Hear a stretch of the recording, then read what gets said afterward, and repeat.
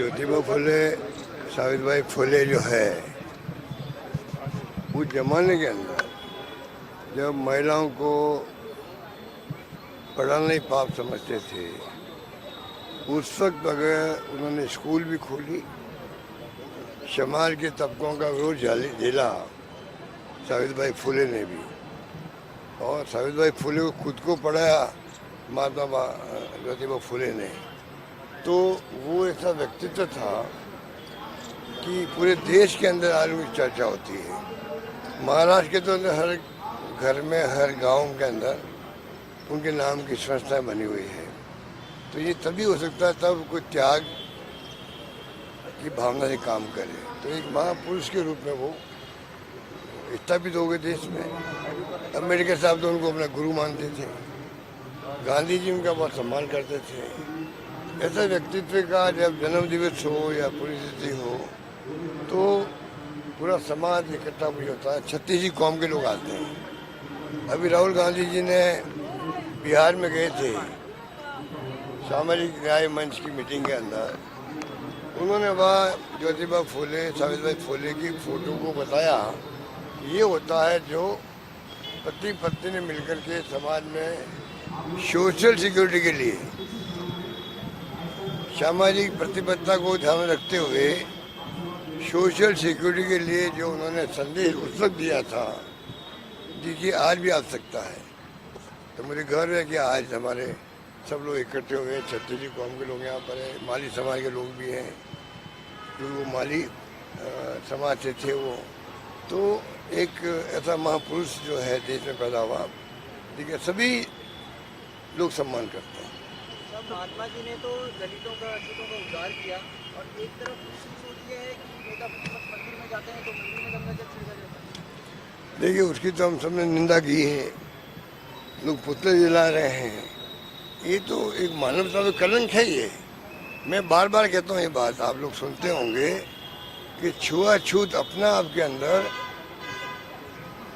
मानवता में कलंक है। ये 21st सेंचुरी के अंदर। और मैं तो यहाँ तक जूली साहब ने शायद कहा था असेंबली के अंदर, RSS संगठन जो अपना आपको कहता है हम सांस्कृतिक संगठन के लोग हैं, हमें राजनीति से कोई मतलब नहीं है, तो उनको जो है क्यों नहीं वो आगे आकर के ये काम हाथ में ले कि भाई हम लोग अभियान चलाएंगे पूरे देश के अंदर। आज हमारी जो विचारधारा के लोग हैं वो सत्ता में हैं, बीजेपी वाले, हमारे लिए अच्छा मौका है ये, हम छुआछूत को समाप्त करके रहेंगे। ये RSS के मोहन भागवत जी, उनके नेता आगे आगे क्यों नहीं कह रहे हैं? अगर वास्तव में मानते हैं कि दलित वर्ग के लोग भी हिंदू हैं, अगर ट्राइबल के लोग भी हिंदू हैं, आदिवासी लोग हिंदू हैं, सबको हिंदू मानते हैं, तो हिंदुओं के साथ में आपस में जो छुआछूत हो रही है उसकी जिम्मेदारी किसकी पड़ती है? सबसे ज़्यादा वैसे पूरे समाज की है। और RSS क्योंकि सरकार आज उनके बीजेपी की जिनको सपोर्ट करते हैं, तो इससे अच्छा मौका उनके लिए क्या आएगा? सब काम छोड़ करके RSS देश को आह्वान करे कि हम चाहेंगे हिंदू जो आपस में हैं वो कोई छुआछूत की भावना नहीं रखे। अब मंदिर में आप जाओ और गंगा जल धो रहे हो, ये बीजेपी की RSS की मानसिकता को प्रकट करता है। ये हमारा आरोप है। अगर वो हमारा आरोप गलत है तो RSS को प्रतिक्रिया देनी चाहिए। अगर हमारा आरोप गलत है तो RSS को आगे आना चाहिए, रिएक्शन देना चाहिए, बीजेपी को रिएक्शन देना चाहिए कि अशोक गलत बोल रहा है, हम छुआछूत के खिलाफ हैं और छुआछूत को हम किसी कीमत में बर्दाश्त नहीं करेंगे। कोई कौम, कोई धर्म के लोग करते हों छुआछूत, वो मानवता में कलंक है। कई वो आगे आकर के तो मान जाएंगे कि उनकी मानसिकता नहीं है, वरना ये सबके दिमाग में है कि RSS और बीजेपी के लोगों की मानसिकता के अंदर है छुआछूत की भावना, भेदभाव की भावना, इसलिए मंदिरों में ये इस प्रकार की हरकतें होती है। ये मेरा मानना है। पूर्व मुख्यमंत्री वसुंधरा राजे द्वारा एक ट्वीट किया गया। देखिए, वसुंधरा जी जो है 2 बार मुख्यमंत्री रही है और उन्होंने पूरी स्टडी की है जहाँ तक मैं समझता हूँ ERCP या KCUA क्या KCUA क्या बना उन्होंने नया नाम दिया है अब राम सेतु कर दिया। PKU PKC ERCP नया नाम दिया गया है। ये सब बकवास है वो खुद ही कह रहे हैं 9 साल तक तो कुछ नहीं होने वाला है, खुद ही कह रहे हैं, तो जनता को बेवकूफ़ क्यों बना रहे हैं ये। और वसुंधरा जी को मालूम है कि PKCU और ERCP का जो नया एग्रीमेंट हुआ है उसमें कोई दम नहीं है, 10-15 साल भी नहीं आने वाला है। खाली उन्होंने जो मेरी शिकायत वसुंधरा जी ये है कि जो 2 बार मुख्यमंत्री रही है वो खाली झालावाड़ की बात कर रही हो कि झालावाड़ में पानी नहीं आएगा, ये गलत है। उनको पूरे PKC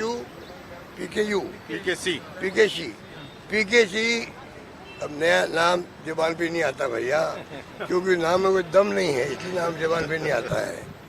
तो PKU ठीक है, PKC जो है PKC ERCP में कोई दम नहीं है। वसुंधरा जी को चाहिए, अगर उनमें ईमानदारी है, राजनीतिक ईमानदारी वसुंधरा जी में है तो उनको प्रेस कॉन्फ्रेंस बुला करके पूरे PKC और ERCP जो नया एग्रीमेंट हुआ है उसके बारे में पूरी प्रेस को बताना चाहिए कि वास्तव में इसमें दम है, या जो वसुंधरा जी जब मुख्यमंत्री थी तब ERCP बनी थी, हमारी गवर्नमेंट आई, हमने कोई छेड़छाड़ नहीं करी, वसुंधरा जी के प्रस्ताव को हमने आगे बढ़ाया। अगर उनमें राजनीतिक ईमानदारी है तो वसुंधरा जी को चाहिए खाली झालावाड़ की बात नहीं करे, पूरी बात करे, पूरी योजना की बात करे, तब हम समझेंगे कि रास्ता हितों की वो बात कर रहे हैं। वो तो यार पूरा देश खुश है, पूरे देश में अगर जो ये इतना बड़ा क्राइम किया जिस आदमी ने, कितने लोग हत्याएं हो गई थी, कोई भूल सकता है क्या? इसी ढंग से मैं चाहूँगा जो भगोड़े जितने ही है देश के अंदर, चाहे वो आर्थिक भगोड़े हों चाहे और कोई भगोड़े हों, ये ऐसे आतंकवादी हों, इन सबको भारत सरकार को टारगेट बनाना चाहिए। अगर टारगेट बनेगा तो ये राणा आया उसी ढंग से सब आ जाएंगे, पर पता नहीं क्या मिली भगत है क्या है। आज इतने साल हो गए देखते हुए हमें भी, मेरे ख्याल 14 साल तो प्रधानमंत्री बने हुए हो गए मोदी जी को भी, आज वो क्यों नहीं आ पा रहे हैं? अगर इनकी इच्छा शक्ति होगी वो भी कभी कभी आएंगे, मेरा मानना है। उनको इसके लिए प्रयास करना चाहिए। सर एक छोटा सा, गुजरात अधिवेशन के बाद गुजरात अधिवेशन का क्या असर देखने को मिला, क्या संकल्प लिए? बहुत शानदार अधिवेशन भी हुआ, प्रस्ताव पास भी हुए, और कांग्रेस नए रूप में आप देखेंगे जो फैसले किए हैं वो फैसले लागू भी होंगे। और आज देश को जरूरत कांग्रेस की है, मेरा मानना है, कांग्रेस की विचारधारा की है, और कांग्रेस मजबूत होकर उभरे। क्योंकि आज जो धमकी देते हैं लोग, देशद्रोही करार देते हैं पत्रकारों को, साहित्यकारों को, कोई विपक्ष में बोल जाए बीजेपी के, तो ये उनके लिए देशद्रोही है। ये क्या है? ये फाशिस्टी सोच है, ये लोकतंत्र विरोधी सोच है। इन सब का मुकाबला करने के लिए एकमात्र पार्टी को देश में है, उसका नाम कांग्रेस है। उसको मजबूत करने के लिए हम सब लगेंगे, और मैं उम्मीद करता हूँ कि आप देखेंगे आने वाले वक्त के अंदर जो राहुल जी ने, खड़गे साहब ने जो नया शो डेवलप किया है, नीचे से ऊपर तक बूथ पे भी, मंडल पे भी और जिलों में भी, उसका असर आप देखने को मिलेगा।